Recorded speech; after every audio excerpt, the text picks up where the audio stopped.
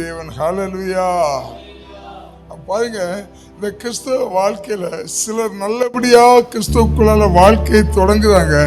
ஆனா நாட்கள் போக போக என்ன பண்றாங்கன்னா, சில சூழ்நிலைகள், சில நெருக்கங்கள், சில பிரச்சனைகள், சில போராட்டங்கள் நிமித்தமாய் கிறிஸ்தவ வாழ்க்கையில விழுந்து போய் விடுகிறார்கள். ஹல்லேலூயா. ஒருபோதும் விழுந்து போகிறவனாய் விடுகிறவர் அல்ல என் தேவன். அவனை வெற்றி உள்ளவனாய் மாற்றுகிறார். ஹல்லேலூயா. எந்தெந்த மனுஷனுக்குள்ளால ஐயோ என் வாழ்க்கையில கொஞ்சம் பின்மாற்றம் உண்டாயிடுச்சு, என் வாழ்க்கையில சில விழுந்து போகிற தன்மை உண்டாயிடுச்சேன்னு சொல்லி எந்தெந்த மனுஷன் மறுபடியும் நான் தேவனுக்குள்ள பிரகாசிக்கணும், மறுபடியும் நான் தேவனுக்குள்ள எழும்பணும்னு விசுவாசிக்கிறானோ, விரும்புகிறானோ, அந்த மனுஷனுடைய வாழ்க்கையில தேவன் பயங்கரமான காரியங்களை செய்யாமல் விடவே மாட்டார். ஹல்லேலூயா.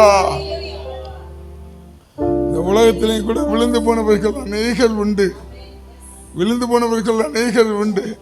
ஆனா அதுல யார் யார் என் தேவனால் நான் பயன்படுத்தப்படணும், என் வாழ்க்கையில என் தேவனுடைய அந்த அதிசயங்கள், அந்த வல்லமைகள், அந்த மகிமைகள் வெளிப்படணும்னு விரும்புறீங்களோ, உங்க வாழ்க்கையில அதை செய்யாம அவர் விடவே மாட்டார். ஹல்லேலூயா.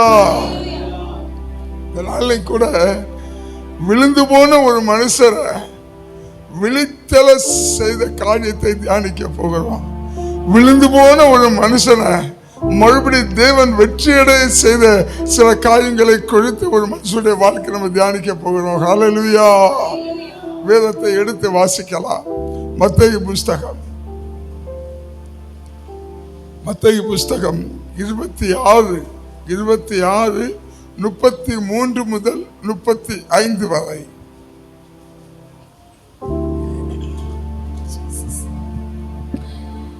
பேதுரு அவருக்கு பிரதியுத்தரமாக உமது நிமித்தம் எல்லாரும் இடரல் அடைந்தாலும் நான் ஒரு காலம் இடரல் அடையேன் என்றான். இயேசு அவனை நோக்கி இன்று ராத்திரியிலே சேவல் கூவுகிறதற்கு முன்னே நீ என்னை 3 தரம் மறுதலிப்பாய்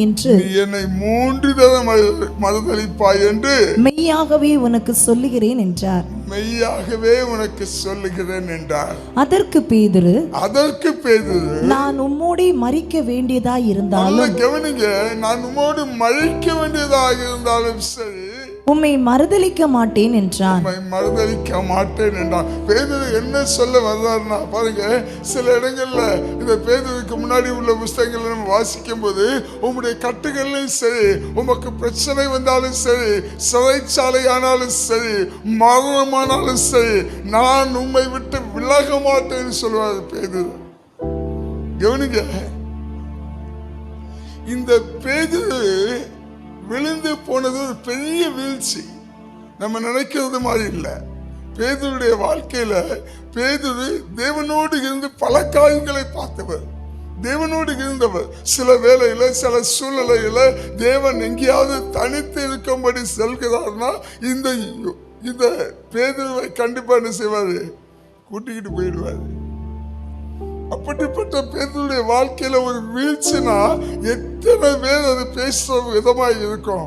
பாருங்க, இந்த பேதுரு என்ன சொல்றான்னா, சிறைச்சாலைகளுக்கு இருக்க வேண்டிய சூழ்நிலை வந்தாலும் சரி, நான் உம்மை விட்டு விலக மாட்டேன், உம்மை மறுதலிக்க மாட்டேன், உம்மை விட்டு பின்வாங்கி போக மாட்டேன், மட்டுமல்ல மரணமே வந்தாலும் சரி.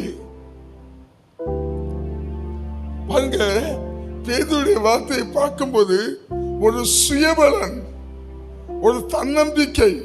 அன்பான தேவனுடைய பிள்ளையே, ஒருபோதும் தேவ சமூகத்துல நம்முடைய தன்னம்பிக்கையினால நம்ம ஜெயிக்க முடியாது.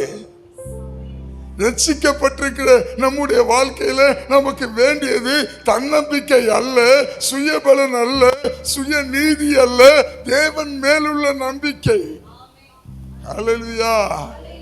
யானைக்கு வேணா தும்பிக்கை பலனா இருக்கலாம், ஆனா என்னுடைய வாழ்க்கையில எல்லாமே அவன் மேல இருக்கிற நம்பிக்கை தான் எனக்கு பலன்.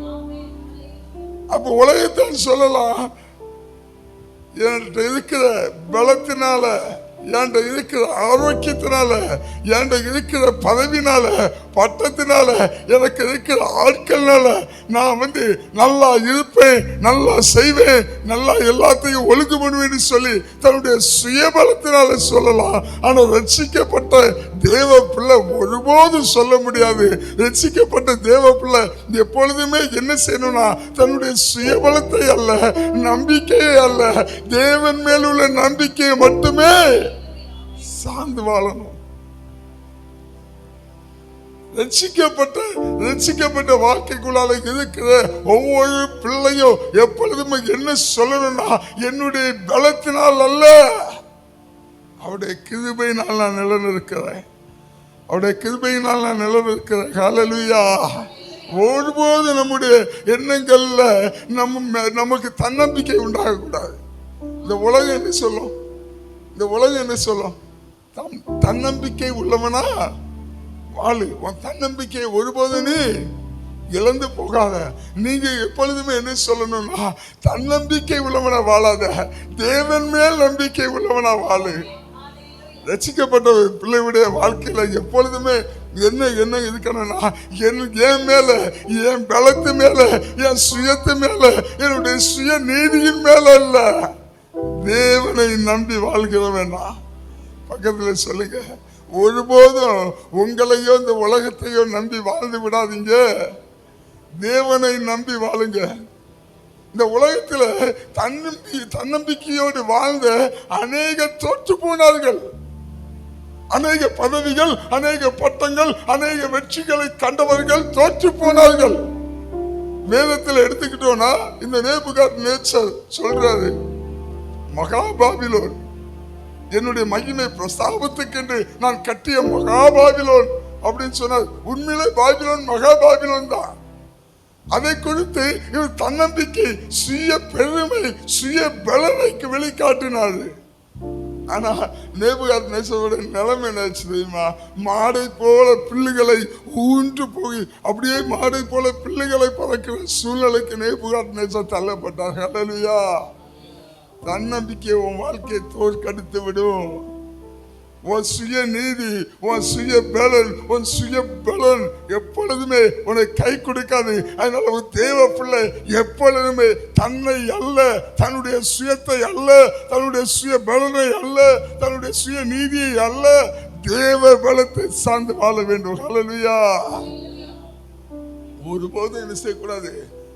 தன்னம்பிக்கை உள்ளவர்களாக இருக்கக்கூடாது. இந்த பேதுரு என்ன சொல்றானா, ஆண்டவர் சொல்றாரு, சேவல் கூவுறதுக்கு முன்னாடி நீ 3 விசை என்னை மறுதலிப்பாய்னு. பேதுருக்குள்ள அளவு தன்னம்பிக்கை.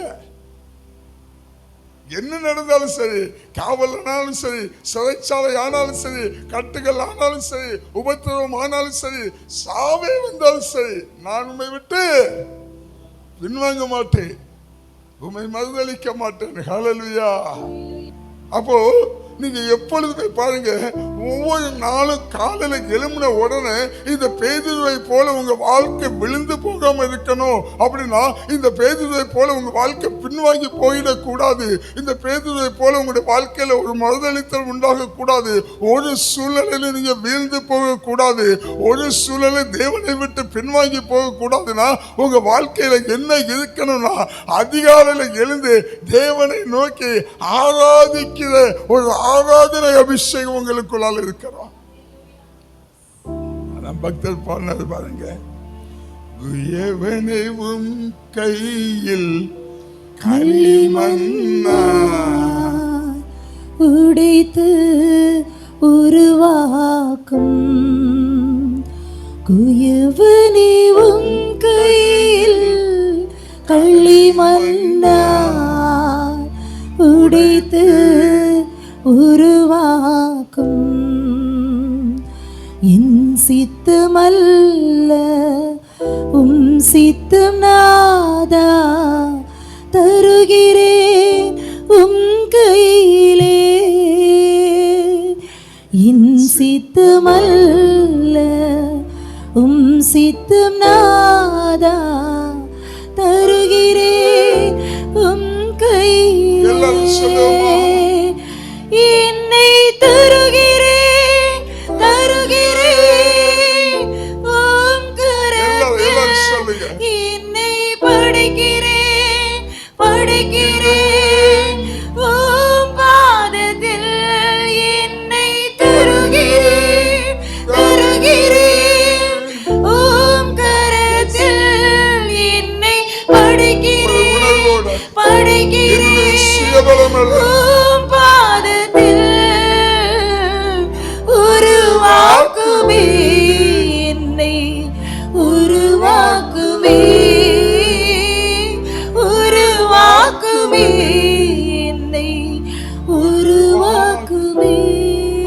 பிள்ளை, எப்பொழுது ஆண்டவரே என்னுடைய சுய பலன் இல்ல, என்ன உங்க கரத்துல கொடுக்கிறேன், என்ன உங்க கரத்துல படைக்கிறேன், நீ குயவன், நான் களிமண் ஆண்டவரே.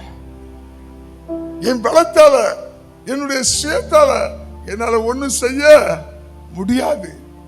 பாருங்க, இந்த அர்ப்பணிப்பு பேதுருக்குள்ளால இல்லாததுனால பின்வாங்கி போயிட்டான். இரண்டாவது நம்ம வாசிக்கலாம், மத்தேயு 26, 40, 41. பின்பு அவர் சீஷர்களிடத்தில் வந்து அவர்கள் நித்திரை பண்ணுகிறதை கண்டு பேதுருவை நோக்கி நீங்கள் 1 மணி நேரமாவது என்னோட கூட விழித்திருக்க கூடாதா? நீங்கள் 1 மணி நேரமாவது என்னோடு கூட விழித்திருக்க கூடாதா? நீங்கள் சோதனைக்கு உட்படாத படிக்கு. நல்ல கவனிங்க, அந்த ஒரு வேளை மறுபடி வாசிங்க. நீங்கள் சோதனைக்கு உட்படாதபடி விழித்திருந்து ஜெபம் பண்ணுங்கள்.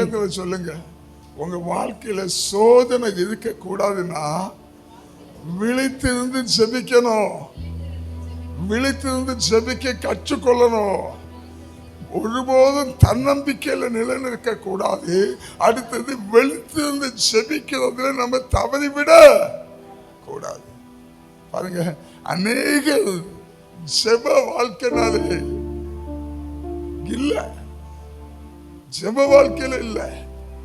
பாருங்க, குடும்ப ஜெபம், சாயங்காலம் குடும்ப ஜெபம் ஜெபிக்கும் போது அந்த ஜெபிக்கிற இடத்துல நம்ம உட்கார்ந்து கொட்டாய் விட்டுக்கிட்டு இருக்கிறோம்னா நல்ல கவனித்துக்கொள்ளுங்க, சில சோதனையில நம்ம சிக்கி கொள்ள போகிறோம். உன் ஜெபம் அற்பமா இருக்கக்கூடாது, அசட்டைத்தனமா இருக்கக்கூடாது. அசட்டைத்தனமா உன் ஜெபம் இருக்குமானால் நீ தேவனை விட்டு விலகி போய் விடுவாய், நீ தேவனிடத்திலிருந்து வீழ்ந்து போய் விடுவாய். உன் வாழ்க்கை பரியாசமாயிடும். ஜெப வாழ்க்கையில எப்பொழுதுமே நம்ம எப்படி இருக்கணும்னா விழித்து இருக்கிறவர்களாய் இருக்கணும். ஹல்லேலூயா. இப்ப பாருங்க, ஜெப வாழ்க்கையில எனக்கு கொட்டாய் வருது அப்படின்னு சொன்னீங்கன்னா நல்லா புரிந்து கொள்ளுங்க, உங்க ஜெப வாழ்க்கை சரியில்லை. பக்கத்துல சொல்லுங்க, உனக்கு ஜெபம் பண்ணும்போது கொட்டாய் வருதா, உன் கண்ணு சொக்குதா, உன் வாய் பழக்குதா, உன் பர்சனல் ஜெப வாழ்க்கை சரியில்லை.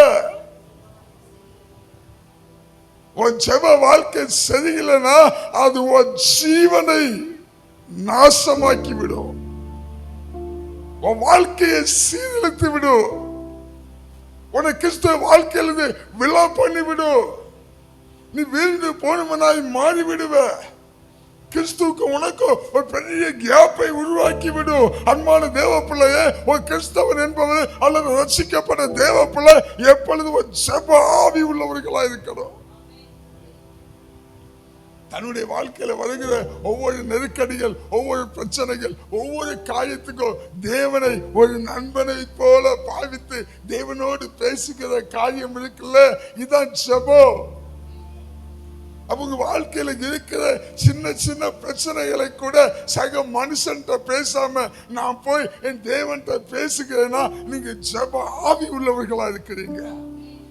பாருங்க, பேதுருவை ஆண்டவர் என்ன செய்யறாருன்னா 12 சிஷ்யர்கள் இருக்கிறாங்க. ஆனா பேதுருவையும் மற்ற 2 சிஷ்யர்களையும் மட்டும்தான் கூட்டிக்கிட்டு இந்த தனி சபத்துக்கு போகிறாரு.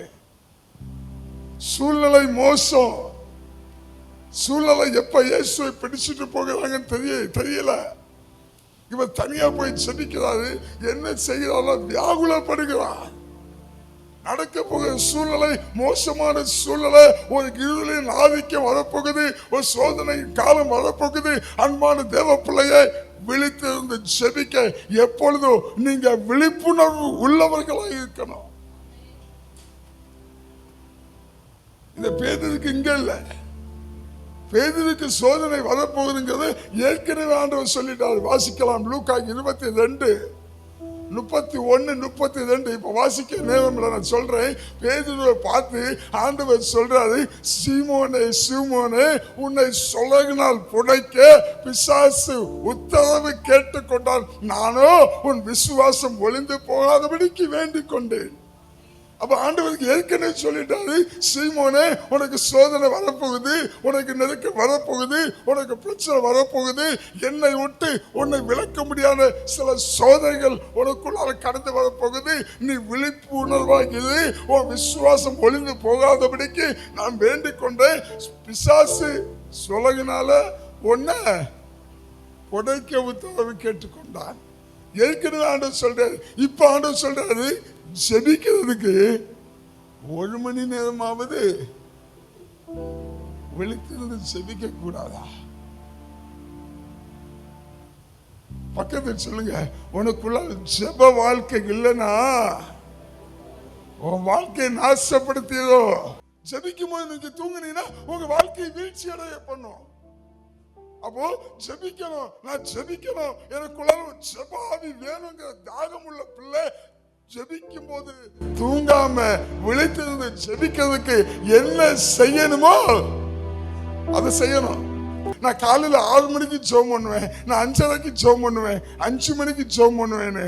ஆனா ஒண்ணு சொல்றேன், பார்க்கிற தேவனாய் இருக்கிறார், அவர் காண்கிற தேவனாய் இருக்கிறார். உன் ஜெப வாழ்க்கை காலையில 5 மணிக்கு இருக்குமா இருந்தா நாளைக்கு நாள் நீ வீழ்ச்சி அடைய மாட்ட, உன் வாழ்க்கையில வெற்றி அடைந்து கொண்டே இருப்ப. ஜெபிக்க தவறி விடாதீங்க. ஜெபத்துக்கு உங்களுக்கு உங்களை அறியாமலே தூக்கம் வருதா? நீங்க கேட்க வேண்டியதெல்லாம் ஒன்னே ஒன்றுதான், ஜெபயாவி ஊற்றுமையா.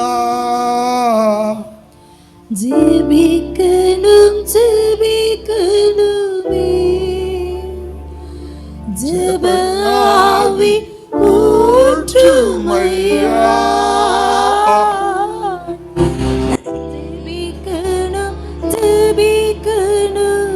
அப்ப நல்ல கவனிங்க, ரட்சிக்கப்பட்ட பிள்ளையுடைய ஒரு வாழ்க்கையில ஒவ்வொரு நாளும் ஆராதனை பலி செலுத்துதல் நடக்கணும். இப்போ சர்ச்சில் பலி செலுத்துகிறோம், என்ன நடக்குது? முதல் ஸ்தோத்திரம் நடக்குது, அடுத்த ஆராதனை நடக்குது, அடுத்த ஜெபம் நடக்குது, அடுத்த கர்த்தருடைய வார்த்தை வருது. அதே போல நம்முடைய வாழ்க்கை அனுதினமும் இருக்கணும். அதிகாலையில எழும்பி பாருங்க, 6 மணிக்கு எழும்பினாதான் உங்களுடைய வேலையெல்லாம் முடிச்சு 8 மணி 9 மணிக்கு போக முடியுமா இருந்தா 5 மணிக்கு எழும்பி 1 மணி நேரத்தை ஆண்டவருக்கு கொடுக்கணும்.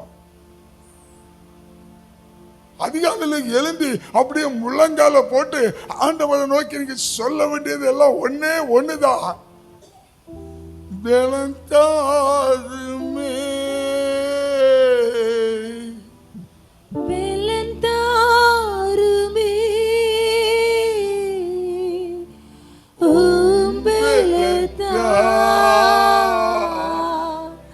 என்னை நடத்திடுமே. இது ஒரு தேவ பிள்ளை தினமும் காலையில எழுந்து இப்படி கரங்களை தூக்கி ஆண்டவரை நோக்கி சத்தம் விடணும், ஆராதிக்கணும். சொல்லுங்க, இதுதான் ஆராதனை. ஆராதனை முடிஞ்சு அப்படியே ஆண்டவரை ஜெபிக்கணும். ஆண்டவரே, இந்த நாள்ல என்னுடைய பலன் அல்ல, என்னுடைய சுயம் அல்ல, என்னுடைய சுய நீதி அல்ல, என் கரத்தை பிடித்துக் கொள்ளுங்க, நீங்க நடத்துங்க ஆண்டவரே. என்னால் இந்த உலகத்துல வாழ முடியாது, என்னால் இந்த உலகத்துல ஜெயிக்க முடியாது, என்னால் இந்த உலகத்துல வெற்றி அடைய முடியாது, நான் வீழ்ந்து போயிடுவேன், நான் தனியா போனா வீழ்ந்து போயிடுவேன், என் கரத்தை பிடித்துக் கொள்ளுங்க ஆண்டவரே. இது உன்னுடைய ஜெபமா இருக்கணும். மூன்றாவது, கர்த்தருடைய வார்த்தை. ஒரு வார்த்தை வந்துட்டுனா அந்த வார்த்தை அப்படியே நீங்க என்ன செய்யணும்? சரண்டர். ஆண்டவர் பேசுறார். வாசிக்கலாம். மார்க் 14:30-31. இயேசு அவனை நோக்கி, இயேசு பேதுருவை நோக்கி, இன்றைக்கு இந்த ராத்திரியிலே சேவல் 2 தரம் கூவுகிறதற்கு முன்னே நீ 3 தரம் என்னை மறுதலிப்பாய் என்று மெய்யாகவே உனக்கு சொல்லுகிறேன் என்றார். வந்தது கர்த்தருடைய வார்த்தை, இயேசுடைய வார்த்தை. பாருங்க, இயேசு எங்கெல்லாம் வார்த்தையை யூஸ் பண்ணாரோ அங்கெல்லாம் என்ன வந்தாச்சு? விடுதலை வந்தாச்சு. இயேசு எங்கெல்லாம் வார்த்தை யூஸ் பண்ணாரோ அங்கெல்லாம் என்ன உண்டாச்சுன்னாக்கி வார்த்தை நிறைவேறினது. இத கூட இருந்து பார்த்தது பேதுரு. இப்ப பேதுருக்கு நேரா வார்த்தை வருது, பேதுருவே, சேவல் கூவுறதுக்கு முன்னாடி, அது 2 விசை கூவுறதுக்கு முன்னாடி நீ 3 விசை மறுதலிப்பாய். இப்போ பேதுரு என்ன நினைக்கணும், ஆண்டவரே இப்படி சூழ்நிலை எனக்கு உண்டாகிடக்கூடாது, உங்க வார்த்தை எனக்கு நேரம் வருது, இந்த வார்த்தை என் வாழ்க்கையில நடந்தக்கூடாது, அந்த வார்த்தைக்கு அவ்வளவு இம்பார்ட்டன்ட் கொடுக்கணும். கர்த்தர் பேசுகிறாரு, சீமோனே, பேதுரு உன்னை சுளையினால் புடைக்கும்படி ஏற்கனவே உத்தரவை கேட்டுக்கொண்டா, இன்னைக்கு ராத்திரி சேவல் கூவுறதுக்கு முன்னாடி நீ என்னை 3 விசை மறுதலிப்பாய்ங்கும் போது பேதுரு அந்த வார்த்தையை அல்லல் தட்டி இருக்க கூடாது, அந்த வார்த்தையை அசட்டை பண்ணி இருக்க கூடாது. பாருங்க, நம்முடைய வாழ்க்கையிலும் கூட அநேக நேரங்கள்ல வார்த்தை வருது, எச்சரிப்பின் வார்த்தை வருது. இந்த எச்சரிப்பின் வார்த்தையை எப்பெல்லாம் நம்ம அசட்டை பண்றோமோ அப்பெல்லாம் நம்ம விழுந்து போயிடுவோம். பக்கத்தில் சொல்லுங்க, ஒருபோதும் கர்த்தருடைய வார்த்தையை நீ அசட்டை பண்ணாத, அதை அலட்சியப்படுத்தாத, அது அற்பமாய் எண்ணாத.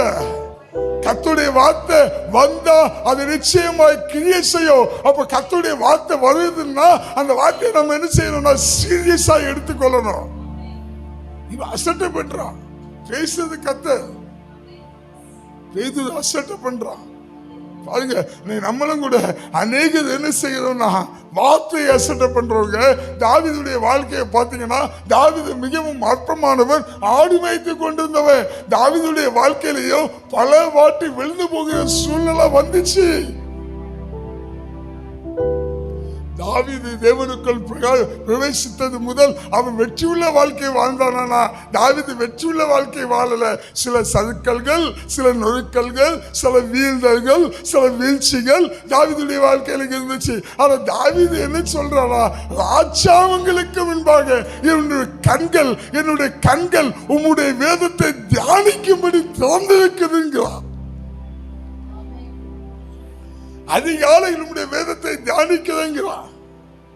அப்ப பாருங்க, கர்த்தருடைய வார்த்தை நமக்கு ரொம்ப ரொம்ப முக்கியம். அப்ப அதிகாலையில எழுந்து நம்ம என்ன செய்யணும், முதலாவது நீ சொன்ன வார்த்தைகளை பிடித்து கொண்டு,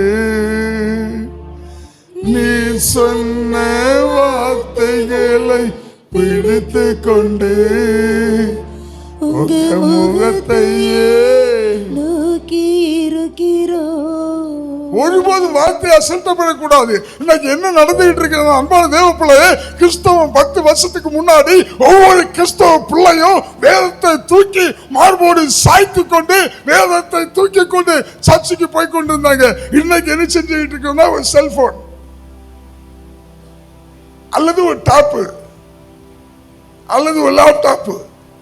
நான் கேட்கிறேன், இந்த செல்போன்ல அல்லது டாப்ல அல்லது லேப்டாப்ல நீங்க வசனத்தை தேடும்போது வசனம் மட்டுமா வருது?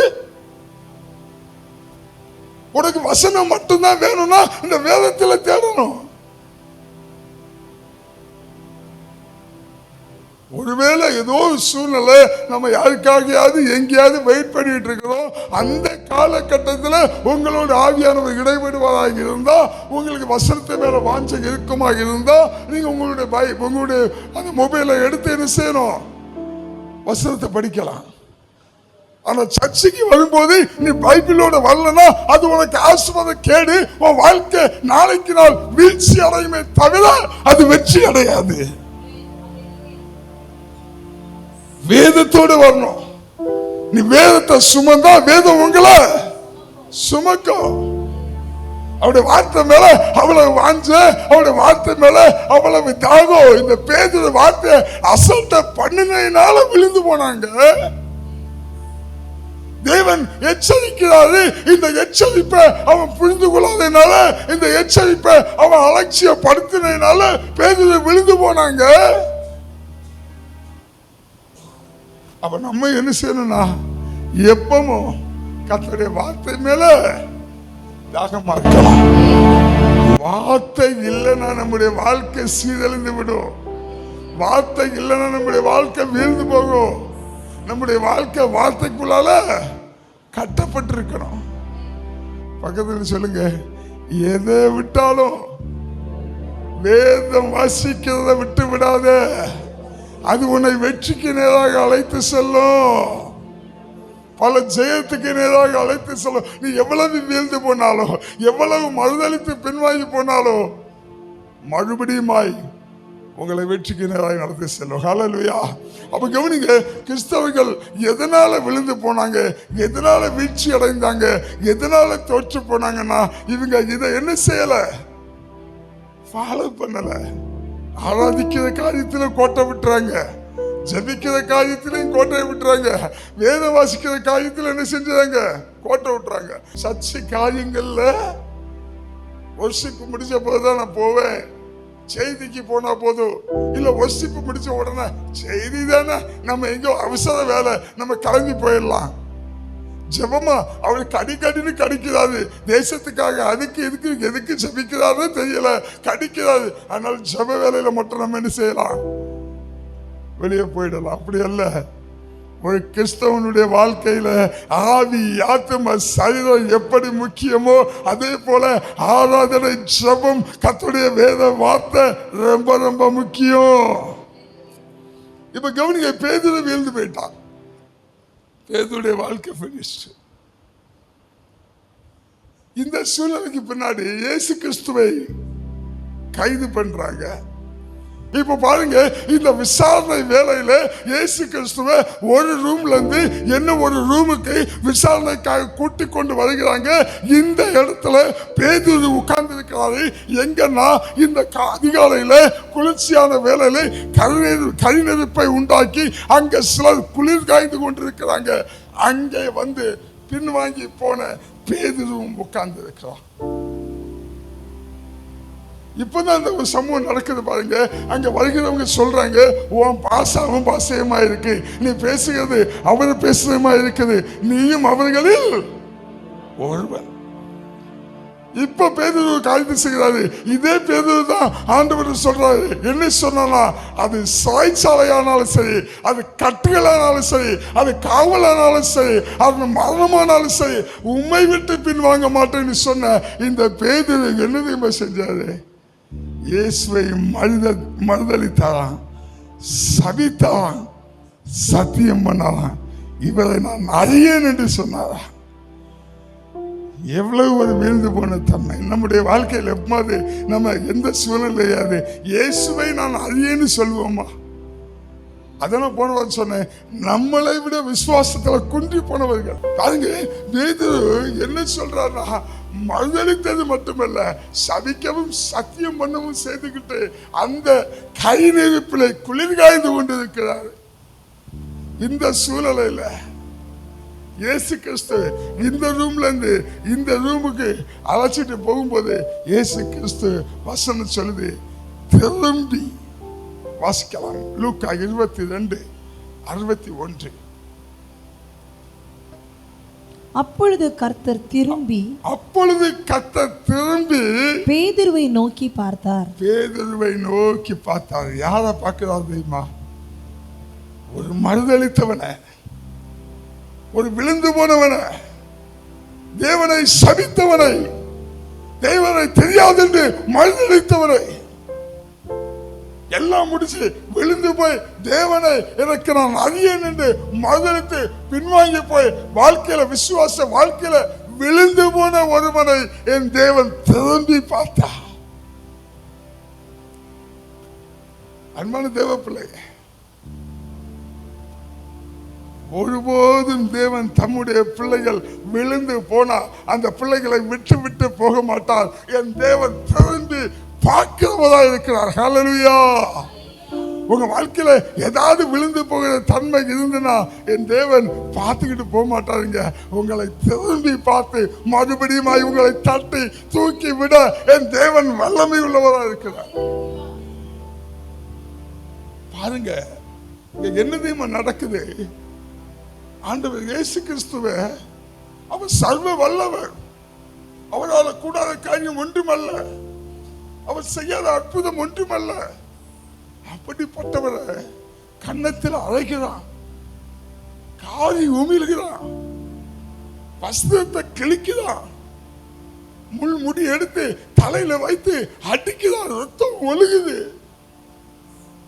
சூழ்நிலைகள் மோசம்.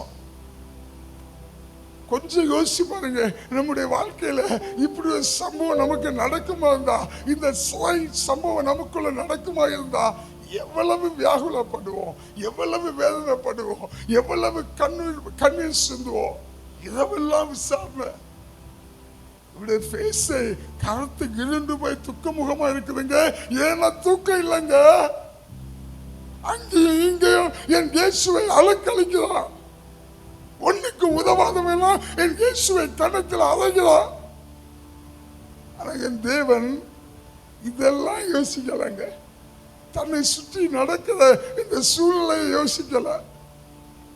தன்னை பரியாசம் பண்ணுறாங்க, காரி துப்புறாங்க, வஸ்திரத்தை கிழிக்கிறாங்க. இதெல்லாம் யோசிக்கல. அவர் பார்க்கிறது, அவர் யோசிக்கிறது ஒன்னே ஒண்ணு, விழுந்து போன இந்த பேதுருவையே நோக்கி பார்த்தாருங்க. நீங்க ஏதாவது ஒரு காரியத்தில் விழுந்து போயிட்டீங்கன்னா பயப்படாதீங்க. என் தேவன் அந்த சாலைகளுக்கு இருக்கும்போது அந்த பேதுருவை திரும்பி பார்த்தார்னா, இன்னைக்கு என் தேவன் சிங்காசனத்தில் இருக்கிறாரு, உன்னை பார்க்காம விட மாட்டாரு.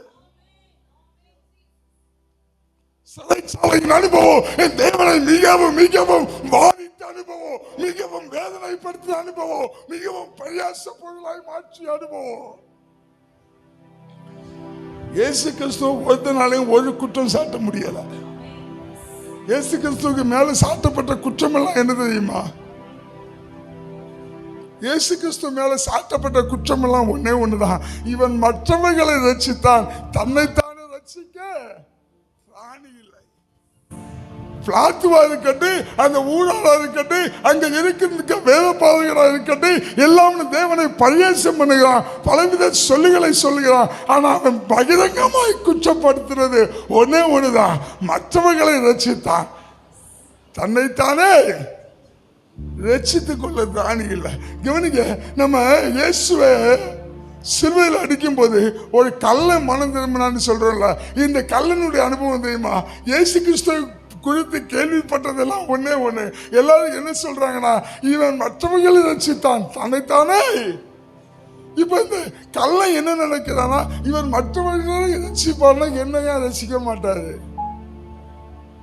அந்த ஒரு விசுவாசம் தாங்க அந்த கல்வாரி சிலுவையில இருக்கும் போது அந்த கல்லை சொல்றா, நீ உம்முடைய ராஜ்யத்தில் வரும்போது என்னையும்.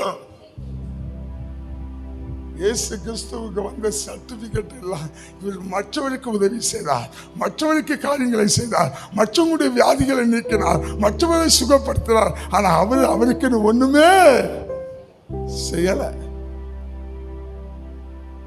நல்ல கவனிங்க, இப்படி ஒரு சர்டிபிகேட்டோட அங்கலாய்க்கப்படுகிறார், அவமானப்படுத்தப்படுகிறார். இந்த சூழ்நிலையில பேதுருவை நோக்கி பார்த்தாரு. கவனிங்க, நம்ம வேதத்தில் வாசிக்கிறோம், சேவல் கூவின உடனே உணர்வடைந்தான், சேவல் கூவின உடனே வெளியே போனான், சேவல் கூவின உடனே கதறி எழுதான். இதை லூக்கா தான் அழகா எழுதியிருக்கிறார். என்னன்னா, அவ திரும்பி பார்த்த உடனே, சேவல் கூவின உடனே இல்லை, திரும்பி பார்த்தாரு. திரும்பி பார்த்த உடனே என்ன நடந்துச்சு தெரியுமா? பாருங்க, இவரு ஏன் திரும்பி பார்த்தானா, என் பிள்ளை விழுந்துட்டானே, என் பிள்ளை வீழ்ச்சி அடைஞ்சிட்டானே, என் பிள்ளையுடைய வாழ்க்கையில் செய்ய வேண்டுமேன்னு சொல்லி அவ திரும்பி பார்த்தாரு. ஆனா அதே செகண்ட்ல பேதுருவும் தேவனை திரும்பி பார்த்தான். பேதுரு இயேசுவை பார்த்தான் பாருங்க, அப்படியே உடைஞ்சிட்டான். பேதுரு இயேசுவை பார்த்த மாத்திரத்திலே ஒரு வார்த்தை சொல்றான், ஐயோ என் இயேசுவா, தெரியாம மறுதளிச்சிட்டேன், என் ரட்சகரை இது போல நான் பார்த்ததில்லையே. அலைக்கடலின் மத்தியில நான் நல்லாடி கொண்டிருக்கும் போது இயேசுன்னு அழைச்சாரு, அப்ப இப்படி ஒரு முகத்தை நான் பார்க்கலையே. கடல்ல நடக்கும் போது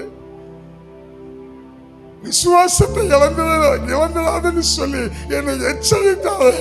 அப்பொழுது கூட அவருடைய முகத்தை நான் இப்படி பார்க்கலையே. அன்பான தேவ பிள்ளையே, பேதுரு உடைந்து போனான்.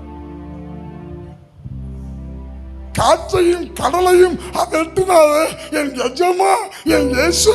அப்ப கூட அவர் முகம் பிரகாசமா இருந்துச்சு. இப்படி ஒரு முகத்தை நான் பார்க்கலையே.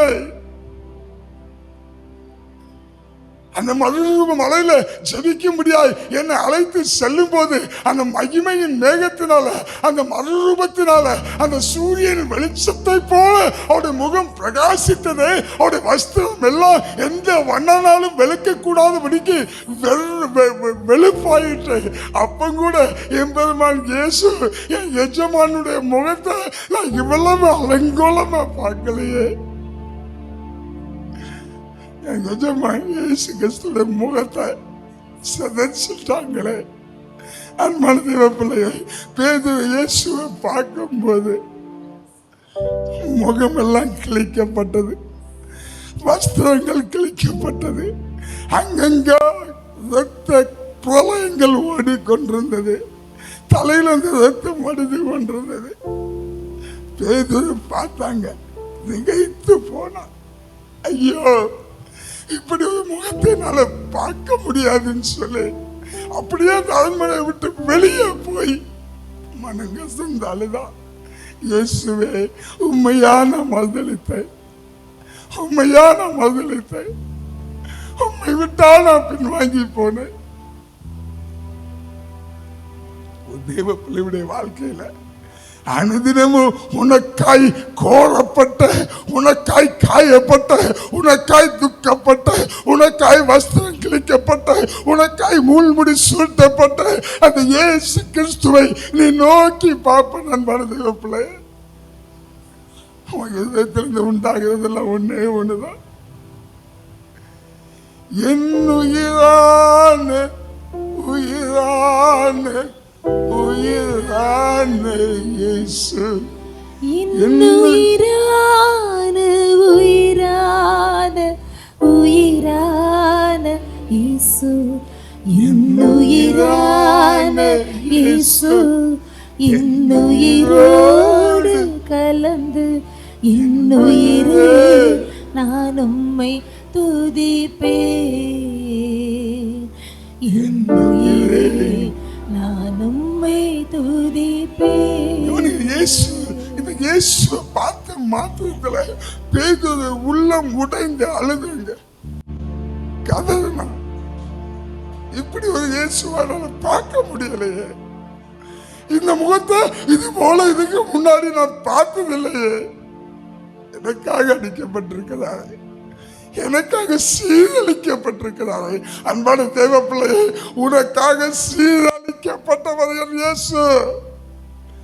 உனக்காக எல்லா பாடுகளையும், எல்லா தண்டனைகளையும், எல்லா வேதனைகளையும், எல்லா வேதனைகளையும், எல்லா அவமானங்களையும், உன்னுடைய எல்லா பாவங்களையும் அந்த கல்வாரி சிலுவையில சுமந்ததனால அவர் அலக்களிக்கப்பட்டார், அவர் அலங்கோலப்படுத்தப்பட்டார். அவர் முகங்கள் கண்டவங்க எவனே தெரியாதவன் அவருடைய கன்னத்துல ஓங்கி அறைந்தான், காரி உமிழ்ந்தான். எல்லாம் யாருக்காக தெரியுமா? உங்களுக்காகங்க, உங்களுக்காக. இதை பார்த்து இந்த பேதுரு உடைந்தே போனான்.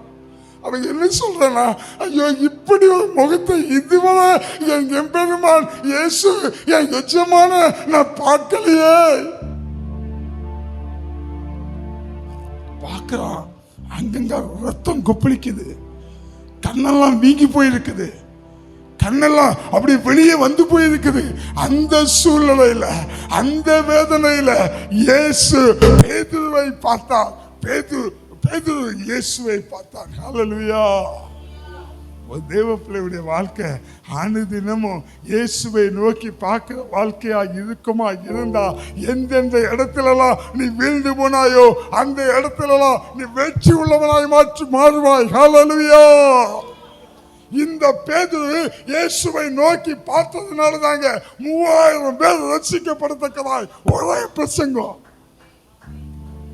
வீழ்ந்து போன ஒருவனை என் தேவன் வெற்றி அடைய வச்சு அவனை கொண்டு இந்த தேசத்தையே புரட்டி போட்டார்.